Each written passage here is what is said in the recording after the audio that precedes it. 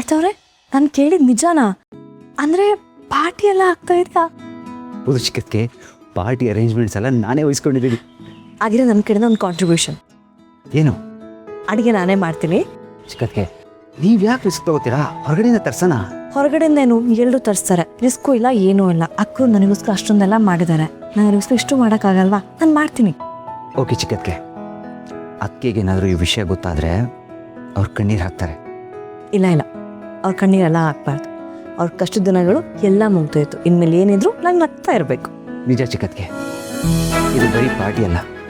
ಅದಕ್ಕೆ ಮೊದಲಿನ ಥರನೇ ನಗ್ತಾ ಇದ್ದಾರೆ, ತುಂಬಾ ಖುಷಿಯಾಗಿದ್ದಾರೆ. ಅವ್ರು ಮೊದಲಿನ ಥರನೇ ಆಗಬೇಕು ಅನ್ನೋದೇ ಅಲ್ವಾ ಈ ಸೆಲೆಬ್ರೇಷನ್ ಎಲ್ಲ. ಇದೊಂಥರ ಅವ್ರದ್ದು ಕಮ್ಬ್ಯಾಕ್ ಪಾರ್ಟಿ ಇದ್ದ ಹಾಗೆ ಅಲ್ವಾ? ಗ್ರ್ಯಾಂಡ್ ಕಂಬ್ಯಾಕ್ ಪಾರ್ಟಿ ಇದ್ದಂಗೆ. ಇನ್ಮೇಲೆ ಅವ್ರು ಯಾವತ್ತಿದ್ರು ಖುಷಿಯಾಗಿರ್ಬೇಕು. ಈ ಟೈಮಲ್ಲಿ ಅಪೇಕ್ಷ ಅವ್ರು ಇದ್ದಿದ್ರೆ ಚೆನ್ನಾಗಿರೋದು ಅಲ್ವಾ? ಹಾಂ, ಅವ್ರು ಇದ್ದಾರೆ ಚೆನ್ನಾಗಿರೋದು. ಬಟ್ ಏನು ಮಾಡ್ತೀರಾ, ಅವ್ರು ಅಬ್ರಾಡಲ್ಲಿ ಇದ್ದಾರಲ್ಲ. ಏನು ಗೊತ್ತಾ ಚಿಕ್ಕಕ್ಕೆ, ಅಪೇಕ್ಷೆಗೆ ಮುಂಚೆಯಿಂದ ಏನಾದರೂ ಒಂದು ಅಚೀವ್ ಮಾಡಬೇಕು ಅಂತ ತುಂಬ ಇತ್ತು. ಆ್ಯಂಡ್ ಬಿಗ್ ಬ್ರೋ ಬೇರೆ ನಮ್ಮ ಬಿಸ್ನೆಸ್ಸಲ್ಲೇ ಅವ್ರನ್ನ ಇನ್ವಾಲ್ವ್ ಮಾಡಿದ್ದಾನೆ. So she is there.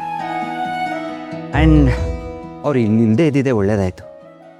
ಅವ್ರಿಗೆ ಅಕ್ಕ ಅಂದರೆ ಪ್ರಾಣ. ಅದಕ್ಕೆ ಪರಿಸ್ಥಿತಿ ನೋಡಿ ತುಂಬಾ ಫೀಲ್ ಮಾಡ್ಕೋತಾ ಇದ್ರು ಅವರು. ಎನಿವೇಸ್, ಈಗ ಆ ವಿಷಯ ಬಿಡಿ. ಇವಾಗ ಪಾರ್ಟಿಗೆ ಏನೇನು ಮಾಡಬೇಕು ಅಂತ ಪ್ಲ್ಯಾನ್ ಮಾಡೋಣ. ಸರಿ, ನೀವು ಲಿಸ್ಟ್ ಮಾಡ್ಕೊಂಡಿದ್ದೀರಾ ಏನೇನು ಬೇಕು?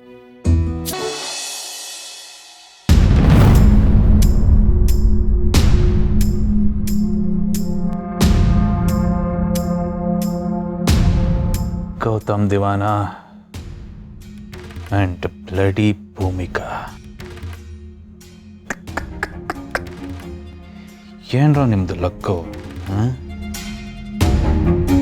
ಒಂದಂತೂ ಅರ್ಥ ಆಗೋಯ್ತು, ಈ ಕಡೆ ನಿಮ್ಗಳನ್ನ ಸೋಲ್ಸೋಕ್ಕೂ ಆಗ್ತಾ ಇಲ್ಲ, ಆ ಕಡೆ ಬಗ್ಸೋಕ್ಕೂ ಆಗ್ತಾ ಇಲ್ಲ.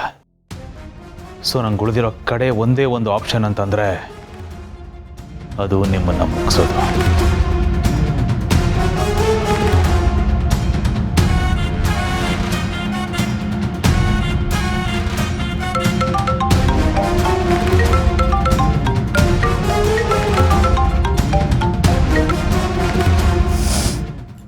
ಹೇಳು ಜೈ. ಮಾಮ್, ನಾನು ಡಿಸೈಡ್ ಮಾಡಿದ್ದೀನಿ. ನಮ್ಗೆ ಇರೋದು ಒಂದೇ ದಾರಿ. ನಾವು ಗೆಲ್ಲಬೇಕು ಅಂದರೆ ಆ ಗೌತಮ್ ಇರ್ಕೊಡ್ದು, ಭೂಮಿಕಾನೂ ಇರ್ಕೊಡ್ದು. ಅವ್ರ ಕತೆ ಮುಗಿದ್ರೇ ಎಲ್ಲ ಮುಗ್ದಾಗೆ. ಜೈ, ಏನಾಗಿದೆ ನಿನಗೆ? ನಿನ್ನ ಬುದ್ಧಿ ನಿನ್ನ ಸ್ವಾಧೀನದಲ್ಲಿ ಇದ್ದೆ ತಾನೆ? ಏನು ಅಂತ ಮಾತಾಡ್ತಾ ಇದೆಯಾ? ಇನ್ನೇನು ಮಾಡೋಣ ಮಾಮ್? ಆ ಗೌತಮು ನನ್ನ ಸರ್ನೇಮ್ ಕಿತ್ಕೊಂಡ.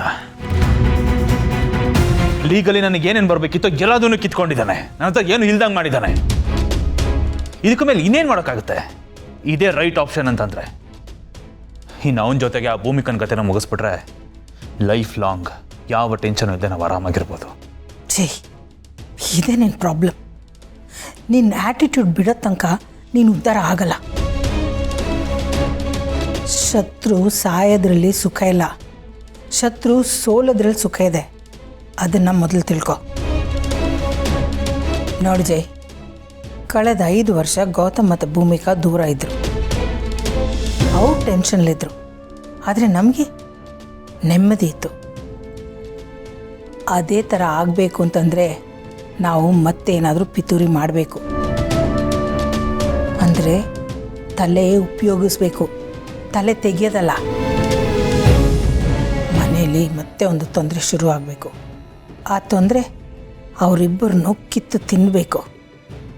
ಅದನ್ನು ಅನುಭವಿಸೋದು ಅವರಾಗಿರಬೇಕು, ಆದರೆ ನೆಮ್ಮದಿ ನಮ್ಮದಾಗಿರಬೇಕು. ಲೈಫ್ ಲಾಂಗ್ ಅವರು ನೆಮ್ಮದಿಯಾಗಿರಬಾರ್ದು, ಸುಖವಾಗಿರಬಾರ್ದು. ಅದೇ ನಮಗೆ ಬೇಕಾಗಿರೋದು. ನೋಡಿ ಜೈ, ಇದನ್ನು ಒಂದು ಎಂಟರ್ಟೈನ್ಮೆಂಟಾಗಿ ತಗೋ. ಯಾಕೆ ಎಷ್ಟೊಂದು ಸೀರಿಯಸ್ ಆಗಿ ತಗೋತಾ ಇದೆಯಾ? ಮಾಮ್, ನೀನು ಹೇಳ್ದಾಗ ಮಾಡ್ಕೊಂಡು ಕೂರೋದಕ್ಕೆ ನನಗೆ ಟೈಮ್ ಆಗಲಿ ಪೇಷನ್ಸ್ ಆಗಲಿ ಇಲ್ಲ ಮಾಮ್. ಕಾದು ಕಾದು ಸಾಕಾಗಿದೆ ನನಗೆ ರಿಸಲ್ಟ್ ಬೇಕು. ಸರಿ ನೋಡು, ನನಗೆ ಸ್ವಲ್ಪ ಟೈಮ್ ಕೊಡು, ನಾನು ಏನಾದರೂ ಒಂದು ಮಾಡ್ತೀನಿ. ಹ್ಞೂ, ನೀನು ಹೇಳ್ತಾನೆ ಇದೆ, ನಾನು ಸುಮ್ಮನೆ ಇದ್ದೀನಿ. ಅಲ್ಲಿ ಏನಾಗ್ತಿದೆಯೋ ಅದ್ರ ಪಾಡಕ್ಕೆ ಆಗ್ತಾ ಇದೆ ಅಷ್ಟೇ. ನೋಡು ಮಾಮ್, ನೀನೇನು ಮಾಡ್ತೀಯೋ ಎಂತ ಮಾಡ್ತೀಯೋ ನನಗೆ ಗೊತ್ತಿಲ್ಲ. ಇದು ನಾನು ನಿನಗೆ ಕೊಡ್ತಾ ಇರೋ ಕಡೆ ಚಾನ್ಸ್. ಏನು ಮಾಡ್ತೀಯೋ ಆದಷ್ಟು ಬೇಗ ಮಾಡಿ ಮುಗಿಸು. ಇಲ್ಲ ಅಂದರೆ ನಾನೇನು ಮಾಡಬೇಕು ಅದನ್ನು ಮಾಡ್ತೀನಿ.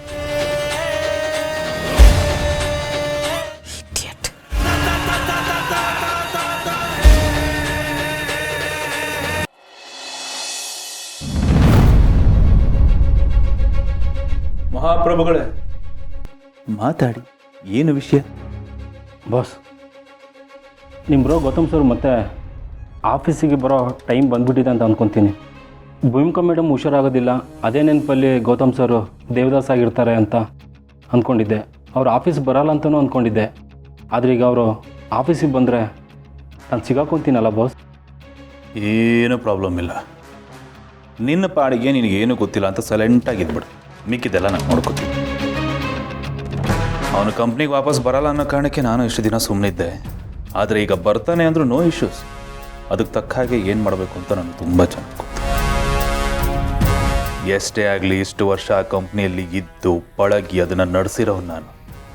ಕಂಪ್ನಿಯ in and outdoor, back door, front door ಎಲ್ಲ ಗೊತ್ತು ನನಗೆ. ಆ್ಯಂಡ್ ಅಲ್ಲಿರೋ ಕ್ಲೈಂಟ್ಸು ಅಷ್ಟೇ, ಪ್ರತಿಯೊಬ್ಬರು ನನಗೆ ಗೊತ್ತಿರೋರೆ. ಯಾರ್ಯಾರು ಹೆಂಗೆ ಅಂತಲೂ ನನಗೆ ತುಂಬ ಚೆನ್ನಾಗಿ ಗೊತ್ತು. ಆ್ಯಂಡ್ ಯಾರ್ಯಾರನ್ನು ಉಪಯೋಗಿಸ್ಕೊಂಡು ಏನು ಪಿತೂರಿ ಮಾಡಬೇಕು ಅನ್ನೋದು ನನಗೆ ತುಂಬ ಚೆನ್ನಾಗಿ ಗೊತ್ತು. ಗೌತಮ್ಗೆ ಬರೀ ಕೆಲಸ ಮಾಡೋದು ಗೊತ್ತು ಅಷ್ಟೇ, ಆದರೆ ನನಗೆ ಆ ಕೆಲಸನ ಹಾಳು ಮಾಡೋದು ಹೇಗೆ ಅಂತ ತುಂಬ ಚೆನ್ನಾಗಿ ಗೊತ್ತು. ಸೊ ಮಿಕ್ಕಿದ್ದೆಲ್ಲ ನಾನು ನೋಡ್ಕೋತೀನಿ, ಯು ಡೋಂಟ್ ವರಿ. ಇಲ್ಲಿವರೆಗೆ ನೀವು ಹೇಳ್ದಂಗೆ ಎಲ್ಲನೂ ಮಾಡಿದ್ದೀನಿ. ಭೂಮಿಕಾ ಮೇಡಮ್ ವಾಪಸ್ ಬರಲ್ಲ ಅಂತಲೂ ಫಿಕ್ಸ್ ಆಗಿದ್ದೆ. ಆದರೆ ಏನು ಆದರೆ ಯಾಕೆ ಯೋಚನೆ ಎದ್ಕೋತಾ ಇದೆಯಾ? ಫಸ್ಟ್ ಆಫ್ ಆಲ್ ಗೌತಮ್ ಕಂಪ್ನಿಗೆ ಕಾಲಿಟ್ಟು ಯಾವ ಕಾಲ ಆಯ್ತಪ್ಪ? ಒಂದಾನೊಂದು ಕಾಲದಲ್ಲಿ ತಾನೇ ಬಂದಿದ್ದವನು. ಇಲ್ಲಿವರೆಗೂ ಆಫೀಸ್ನ ನಡೆಸ್ತಾ ಇದ್ದು ನನ್ನ ತಮ್ಮ ಪಾರ್ಥ ಆ್ಯಂಡ್ ಆನಂದ್. ಈಗ ದಿಢೀರಂತ ಗೌತಮ್ ಬಂದ್ಬಿಟ್ರೆ ಅವನಿಗೆ ಹೇಗೋ ಗೊತ್ತಾಗತ್ತೆ? ಬಾಸ್, ಗೌತಮ್ ಸರು ಇವರು ಇಬ್ಬರು ಒಂದೇನಾ? ಬಾಸ್ ಯಾವಾಗಿದ್ದೀರು ಬಾಸ್ ಅಲ್ವಾ, ಅದಕ್ಕೆ ಭಯ. ಅಪ್ಪ, ನೀನು ಭಯಕ್ಕೆ ಬೆಂಕಿ ಬಿತ್ತು. ಅವ್ರು ಕಂಡುಹಿಡಿಯೋದಿರಲಿ. ಅವ್ನ ಮುಖ ನೋಡ್ತಿದ್ದಾಗೆ ನೀನೇ ಹೋಗಿ ಎಲ್ಲ ವರದಿ ಒಪ್ಸೋ ಥರ ಕಾಣಿಸ್ತಾ ಇದೆಯಾ ನನಗೆ? ನಾವು ಹೇಳ್ತಿಲ್ವೇನೋ ನಿನ್ನ ಜವಾಬ್ದಾರಿ ನಂದು ಅಂತ. ನೀನು ಅವನ ಕೈ ಕೆಳಗಡೆ ಬರೀ ವರ್ಕರ್ ಅಷ್ಟೇ. ಆದರೆ ಈ JD ಶಿಷ್ಯ ಅನ್ನೋದನ್ನು ಮರಿಬೇಡ. ನನ್ನ ಶಿಷ್ಯನ ಕಾಪಾಡ್ಕೊಳ್ಳೋದು ಹೇಗೆ ಅಂತ ನನಗೆ ತುಂಬ ಚೆನ್ನಾಗಿ ಗೊತ್ತು.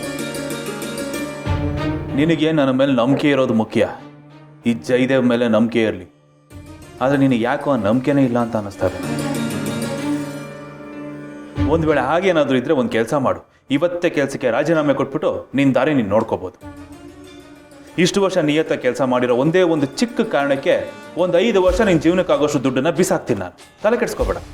ನಿನ್ನ ಜಾಗಕ್ಕೆ ಬೇರೆ ಯಾವನಾದರೂ ಬರ್ತಾನೆ, ಹೊರಡು. ಹಂಗಲ್ಲ ಬಾಸ್, ನಿಮ್ಮ ಮೇಲೆ ನಂಬಿಕೆ ಇಲ್ಲ ಅಂತಲ್ಲ, ನಿಮ್ಮ ಮೇಲೆ ನಂಬಿಕೆ ಇರೋದಕ್ಕೋಸ್ಕರ ನಾನು ಇಷ್ಟು ವರ್ಷದಿಂದ ನಿಮ್ಮ ಜೊತೆ ಕೆಲಸ ಮಾಡ್ತಿರೋದು. ಆದರೆ ಗೌತಮ್ ಸರ್ ಬರ್ಬೋದು ಅಂತ ನೆನೆಸ್ಕೊಂಡು ಭಯ ಆಗ್ತಾ ಇದೆ. ಭಯ ಪಡಬೇಡವಪ್ಪ ತಂದೆ.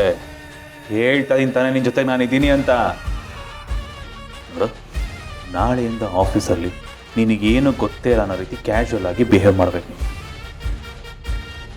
ಮುಖದಲ್ಲಿ ಒಂದು ಚೂರು ಭಯ ಕಾಣಿಸ್ಬಾರ್ದು, ಮಾತಲ್ಲಿ ಯಾವುದೇ ರೀತಿ ಗಾಬರಿ ಕಾಣಿಸ್ಬಾರ್ದು. ಅರ್ಥ ಆಯ್ತಾ?